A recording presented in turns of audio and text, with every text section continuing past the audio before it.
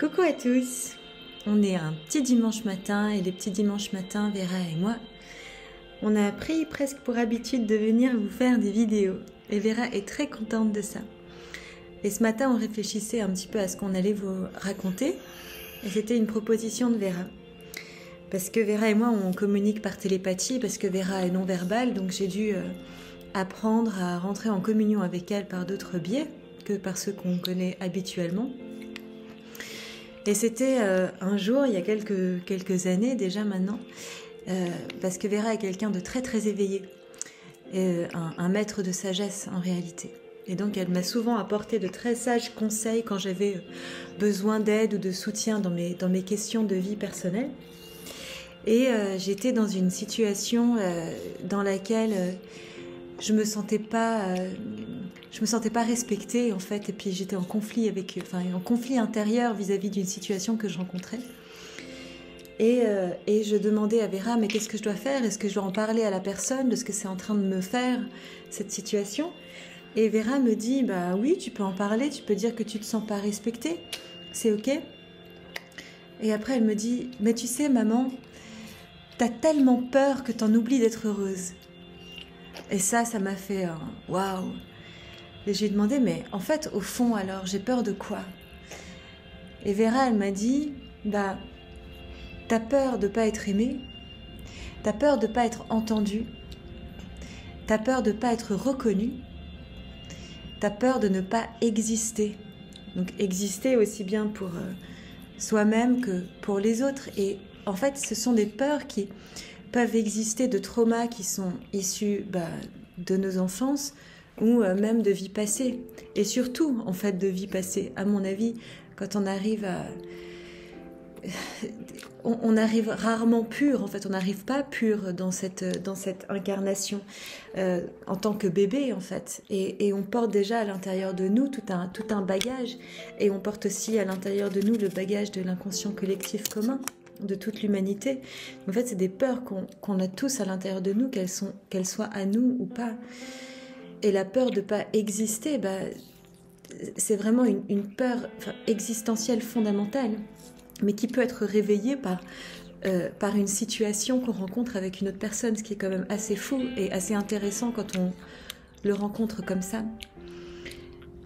Et encore, parmi les autres peurs, il y avait la peur d'être bafouée, la peur de ne pas être comprise, la peur de ne pas être respectée et la peur d'être annihilée. Et ça, ça je me souviens et je sens encore que ça peut faire quelque chose à l'intérieur. Cette peur de l'annihilation, c'est comme si en fait on vous enlevait tout le droit d'exister. On vous enlève, on vous usurpe votre identité, on vous l'enlève, on vous la bannit en fait, et c'est quelque chose d'extrêmement violent en fait pour la psyché humaine que de devoir traverser ça comme trauma. Voilà, je voulais vous faire part de cette histoire parce que je crois que c'est important de partager aussi de son propre vécu dans ces histoires qu'on raconte, parce que ça rend plus vivant de pouvoir partager par des exemples concrets ce qu'on vit. Et Vera pour moi est une grande chance, une grande aide d'avoir cette fée de sagesse avec moi dans ma vie. Cette fée mangeuse de pommes qu'elle croque toute la journée. Et elle m'apporte tellement de riches conseils. Elle est toujours... elle dit souvent, mais en fait, il faut pas s'arrêter faut tracer sa route, quoi. Faut pas s'arrêter à nos premières émotions. Et je pense que si j'avais pas eu Vera dans ma vie, qui m'aurait quelque part provoqué à devoir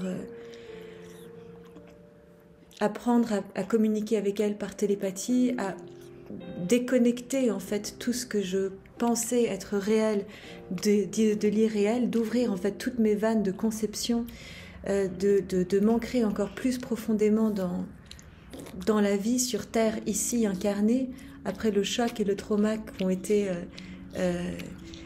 l'annonce de son polyhandicap, je me rends compte uniquement de la richesse que c'est d'avoir un enfant comme la mienne. Et Vera et moi, on vit dans une symbiose, dans une osmose. Il faudrait pas être en symbiose parce que ça crée de la dépendance affective à quelque part, mais on est vraiment très heureuse du lien qu'on a l'une avec l'autre. Et c'est un lien de soutien, c'est un lien d'entraide. Comme on peut en avoir, pour moi c'est avec ma fille que j'ai ça, mais on a tous des liens d'entraide partout autour de nous. Et ce lien d'entraide avec Vera, par exemple, au début, il s'est passé dans la douleur et dans la souffrance pour aboutir à une plénitude par la suite. Voilà, alors c'était le petit partage qu'on voulait vous faire aujourd'hui avec Vera. Est-ce que ma chérie, tu voulais rajouter quelque chose ? Alors elle voudrait qu'on parle aussi des personnes qui ont compté pour nous dans notre vie. Tu parles des gens qu'on connaît ou tu parles des gens qu'on regarde ? Alors, en fait, Vera et moi, on aime beaucoup regarder d'autres personnes qui ont des chaînes sur YouTube, par exemple, ou écouter des méditations. Et alors, on aime beaucoup écouter Diana Cooper, qui est quelqu'un d'extrêmement pur et d'extrêmement sensible et sensé, qui partage avec beaucoup d'amour toutes ses connaissances qu'elle canalise avec son maître, son guide Kumeka. On a beaucoup écouté aussi Isabelle Padovani, qui est maintenant Issa Padovani, qui est quelqu'un de magnifique, de bon, de bien, de vrai, et qui ouvre sa conscience à un champ interplanétaire, en fait, très très élevé. Moi, quand je me relie à Issa, qui est très présente, en fait, dès que... Enfin, elle a... c'est au-delà de la majorité des êtres humains, au-delà de ce qu'elle raconte dans ses vidéos, de ce qu'il raconte dans ses vidéos. C'est un être qui est venu apporter des fréquences vibratoires à notre humanité qui sont au-delà de ce qu'on peut imaginer.